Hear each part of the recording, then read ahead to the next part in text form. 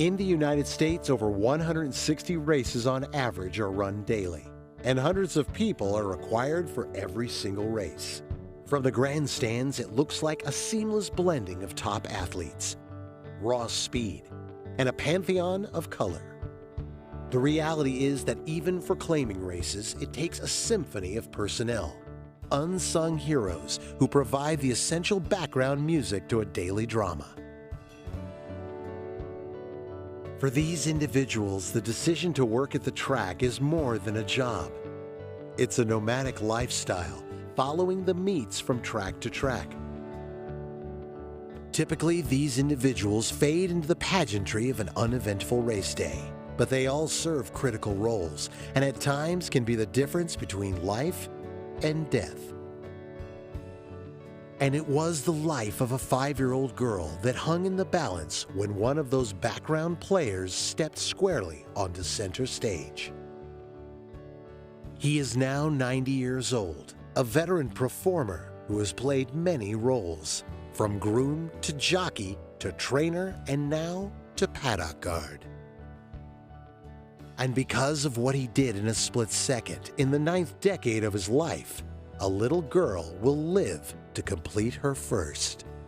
John Shear is many things, but one thing is for certain: he is a hero.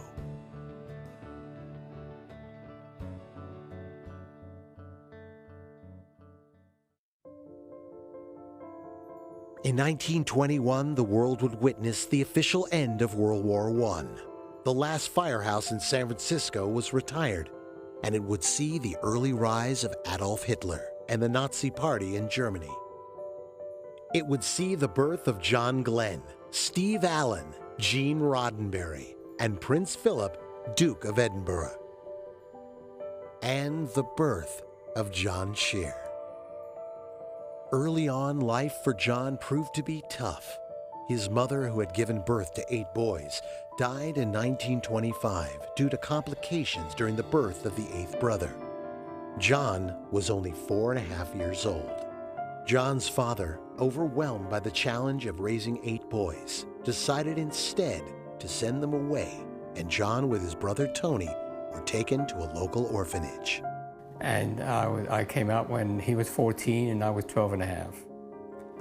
And he went and got a job and he tried to take care of me, but we were very fortunate. We ran into a woman that knew my mother, and she took pity on us and gave us a room in our house till I was 14.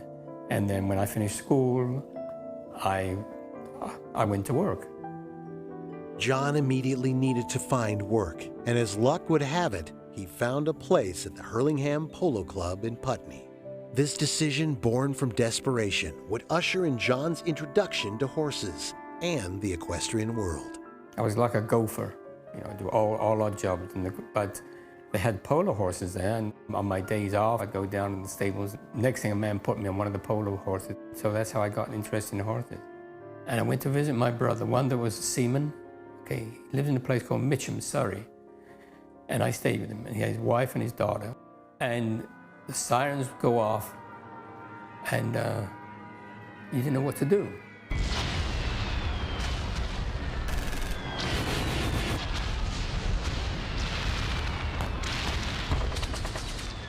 It was unnerving because you didn't know whether you were going to get hit or not. So there was no relaxation.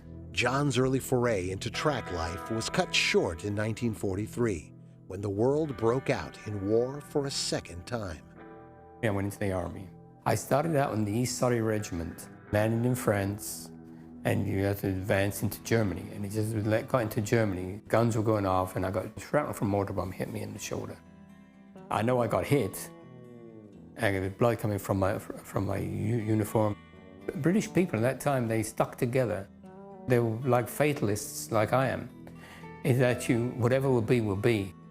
Somebody will say to somebody, "Where's so-and-so?" "Oh, he got it yesterday." And they'd go on drinking like, "Oh, well, the man's dead. Let's just go on drinking." Hardened by his experiences at war, John returned home to convalesce. He found himself once again working with horses when he found work at Epsom Downs.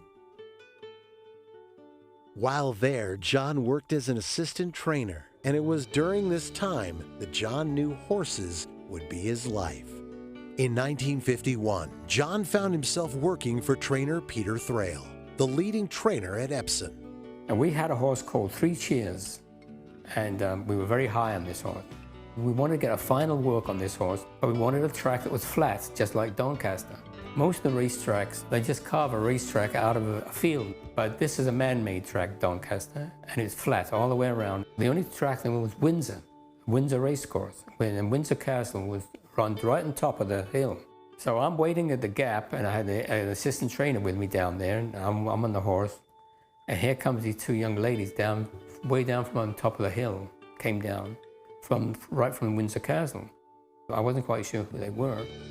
And they came down and they said, what's going on here? So I explained it to them. I said, we have permission to exercise 2 horses for the Tsar. We said, oh. He said, well, and I said, I'm going to join in the second mile. I said, can we join in with you? I said, no, ma'am, you can't. I said, you'll have to ask the trainer. When we're through, you can go on the racetrack yourself. It happened to be the Queen. Eventually, she became the Queen. 3 Cheers went on to win the Cesarewitch on October 22, 1951, at Rowley Mile in Newmarket, England.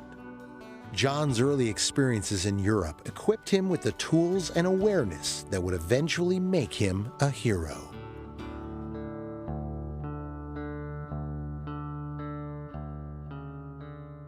After surviving an orphanage and the horrors of war, John Shear found his calling at the racetrack. A calling that would bring John face to face with real-life princesses, and he soon found himself traveling throughout Europe in search of other opportunities to work in the sport of kings. At the behest of a friend, John traveled to Canada and eventually to the US, and then finally to Santa Anita. The train stopped there, and I unloaded the horses. There was a van there to pick them up, and we had to drive around to the other side where the mall is now.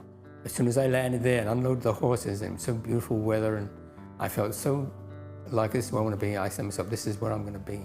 I love this. This is my home. John started at Santa Anita in 1961. He quickly found an opportunity to work as part of the track's infrastructure.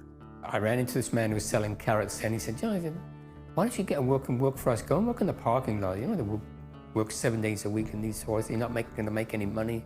The help was making more money than I was. I said, great, I'll take this. And then they asked me if I'd like to work in the paddock. Then the following year, in 1962, they asked me if I'd like to work full-time in the paddock. I said, there's an opening there. I said, yes. It would be during this time that John would meet Diane. I met him at Hollywood Park. I was, watching horses in the paddock there, and he was working there, and we got talking about horses, and I hooked up with him again at the Santa Anita meet. I was very, very interested in horses. I'd decided I was interested in being a handicapper, so I was talking to him, and he knew all about horses. He was very interesting because he'd been a jockey, and he'd been a trainer, and he was really knowledgeable about the business. I was very eager to learn about it at the time, so he was just really a real neat person to be around. The couple eloped to Las Vegas in 1965, and a year later, they were blessed by a son, Michael. Santa Anita is like a second home to my family and I. We grew up basically right across the street here. It's all that I know that my dad has been to, my mom, my grandparents, other members of my family. It's just really been a dear place that is very dear to all of our hearts. John had found his roots in the racing circuit of Southern California, spending time at Hollywood Park, Fairplex, and Del Mar. But all the while, he called Santa Anita home. John's life at the track proved for the most part to be fairly uneventful, but that would all change in the summer of 1968. My grandparents and my mom would stroll me out to the track at the paddock area. A hot walker would come by and greet my family, greet me, and that man's name was Sirhan Sirhan.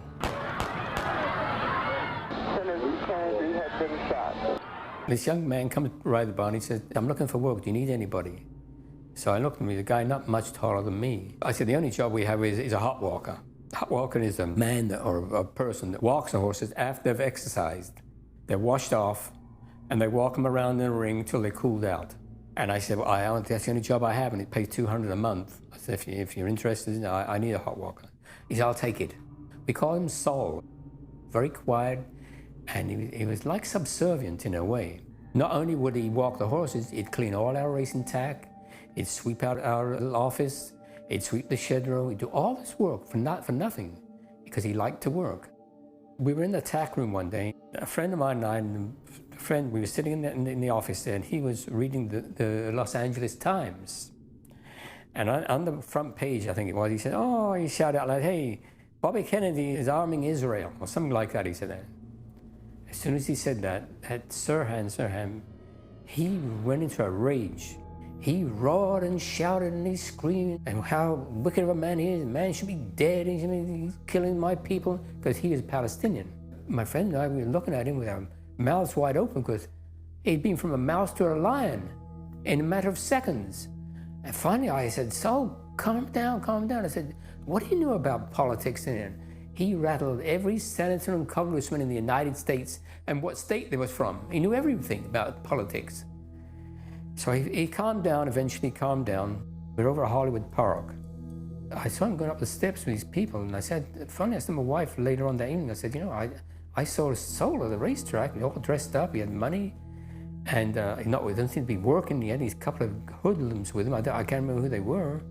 I've seen these people before. I think they've been thrown off the track once. The day that Kennedy was shot, I was working at the racetrack, and they flashed his picture on the TV. They said, do you know this man? So my wife saw it, and she saw who it was. She called Hollywood Park, and they said, I'd like to talk to my husband. It's very, very important. So they got me to the phone, and she said, guess what? Bobby Kennedy's just been shot, and guess who shot him? Saul. You have to tell somebody. So I put the phone down in a hurry. I ran down to the security office, and I told myself, I know the man who shot Kennedy, Bobby Kennedy. And I told him who he was, said he worked for me. Our phone was tapped for a year. I said, you sure it's tapped? And my wife said, yes. Every time she picked it up, there was a click. And she said, I think my phone is tapped. And so she called the phone company, but they wouldn't deny it, and they wouldn't say yes or no. But I know it was tapped, because they thought I might have had some information or something. For John, the seasons at Santa Anita passed by one after the other. From epic races to enduring champions, John had an opportunity to experience them all from the best seat in the house. And part of John's fondness for Santa Anita was in the special way Santa Anita engages with its fans.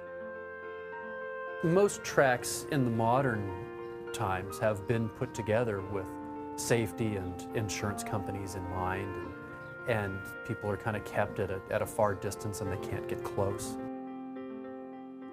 Part of the ambiance and the greatness of Santa Anita is that you can just walk through all that without avoiding rails, and you can walk freely and you can experience it. But when horses have to go through there, they have a couple guys that hustle and make it safe. Santa Anita is an important part of our city and our city's history. It's really the crown jewel of Arcadia. We love going there. People go there as a destination. It's a beautiful setting. When I was in high school, I was able to come here on the weekends and try to get on working in the parking lot. The fondest memory I have working here at Santa Anita in particular, it was when I got to work actually for my dad. It was in 1986. I got selected to work in the paddock area, and specifically I was working the Winter Circle gate. That particular day was Breeders' Cup Day, 1986. I got a great bird's eye view of all the races and watching Skywalker coming down the stretch winning the Classic, so that was a great memory. Also was the fact that I was able to be around my dad so much. I really enjoyed spending time with my dad. He's great to be around with, talking to him. He was so admired at the racetrack by so many different people, and it was just really neat to be around here and watching so many people come up to him and ask him for advice and look up to him. As a paddock guard, John was able to witness the interaction with fans and athletes on a daily basis. Then on March 12, 2011, his presence in the paddock would be required unlike anything he had experienced before. The day was supposed to be marked by the excitement of 2 excellent stake races. Instead, events unfolded that in the blink of an eye would forever change everyone's memories of that day. I get to work about 9 o'clock in the morning. I put all the ropes out, and then when the schoolers are finished, the school is from 10 to 10:30 in the morning. I had all my people working for me, and I showed them where they're going to do and what they have to do. I went to the gap where the horses come from the receiving barn. They come down that pathway, and then they go into the walking ring, and then down into the pathway into the saddling barn and saddled. When the horses come in and out of the paddock, it's pretty much the same procedure every day, and the horses are schooled in the morning, so they know what it's like to move back and forth from the paddock. We have a lot of professional horse-trained people that take care of these horses and lead them in and out, but still, you have to be on your toes at all times. And I have a gap there, and I have a rope. I don't buckle it up because buckling up it is not going to stop a horse from going through. He'll just bust right through it and maybe get tangled around his legs, or the buckle might hit somebody and hurt him. I wouldn't say horses are easily spooked, but the walking ring is a bit of a vulnerable time for them because they've had their saddle put on. They know that this is different than their morning exercise and what their routine is. The meet at the Great Race Place was in full swing, but in the blink of an eye, it would all change. I was there, and this man had a little girl, and the little girl wanted to see the race, and I could see us trying to see the horses.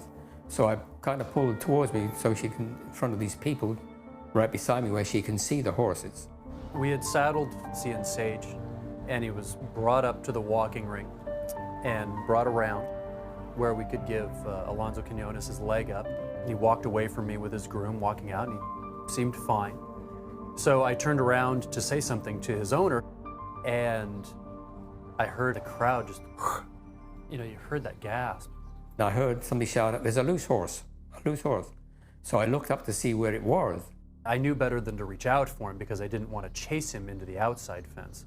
So I was already worrying about what he was going to do, and sure enough, he, instead of continuing around the circle of the walking ring, he made the left. So I quickly shouted to people, "Scatter, get out of the way, people, there's a loose horse, get out of the way," and people just climbed over chairs, climbed over benches, over fences, everywhere.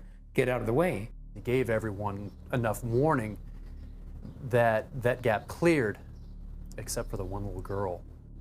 John just stepped right back in front of her, knowing what was coming, knowing he was taking a bullet for this little girl, basically.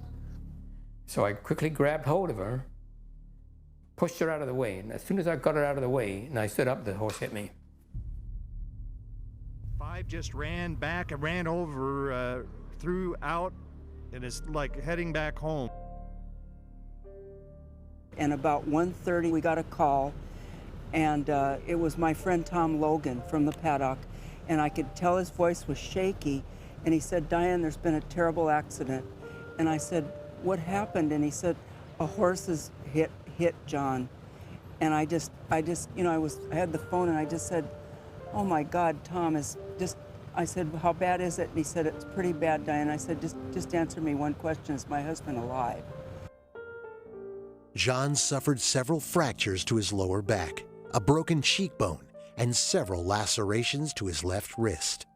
He was immediately rushed to Huntington Memorial Hospital in Pasadena, California. There, the 90-year-old wavered back and forth between life and death.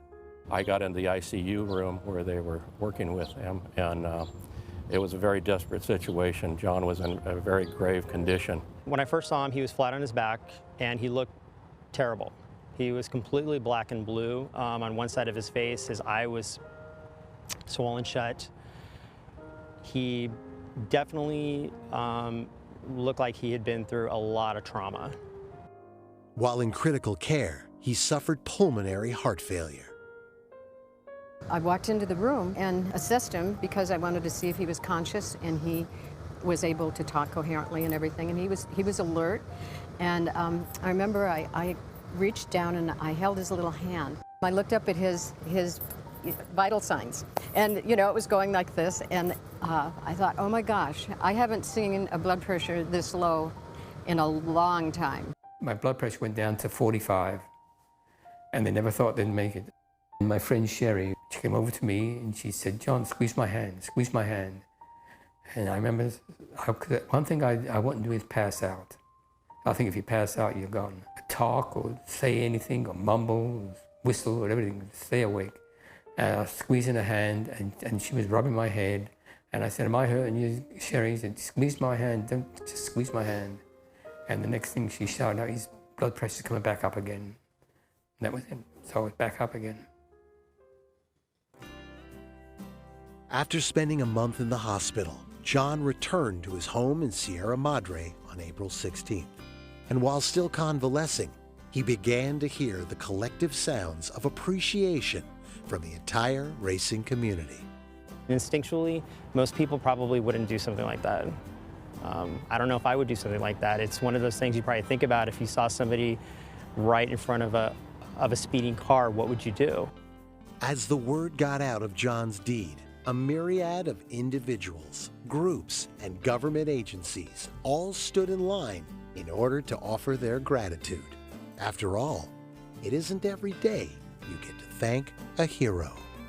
I heard about the incident and we wanted to honor him. We did something we don't normally do. We named a day after John, and he came to the city council chambers, was able to walk up the steps and accept the honor, said some very nice words about both the track and the city of Arcadia. I wish to thank all the council members for this prestigious award.